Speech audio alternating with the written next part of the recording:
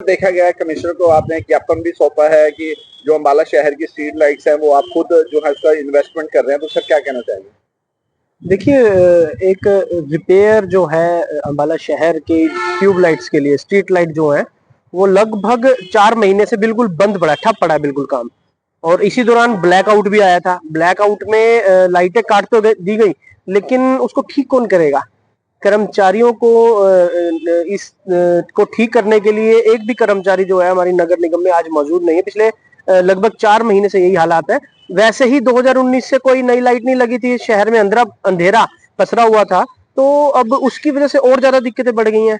अब मैं बात करूं कि नई एलईडी लाइट्स 1.5 साल हो चुका है उन एलईडी लाइट्स को, मतलब 1.5 साल की उसकी वारंटी तक खत्म हो चुकी है। पता नहीं किस चीज की इंतजार कर रहे हैं, कौन से ऐसे ऑर्डर की, कौन से ऐसे नारियल फोड़ने की, या कौन से ऐसे लड्डू खिलाने की इंतजार में है कि ये लाइटें कब बाहर आएंगी।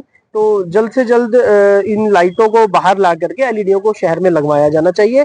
और जब तक वो नहीं लगाई जा रही, जब तक कम से कम रिपेयर करने के लिए कुछ टीमें बनाई जानी चाहिए, उनको रखना चाहिए।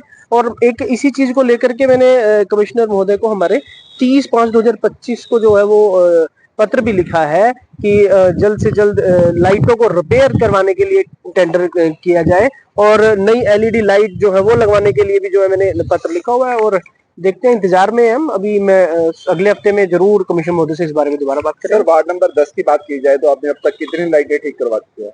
देखिए, अब अल्टरनेट नहीं हो रहा तो लोगों के तो फोन आ रहे हैं, तो कहीं ना कहीं हमें अपने खुद के जो प्राइवेट हैं ठीक करने वाले, उनको बुलाना पड़ रहा है, लाइटों को ठीक करवाना पड़ रहा है। अब ये तो मैं क्या गिन के बताऊं कि कितनी करवा चुके हैं। सर उसका खर्चा कौन उठा रहा है?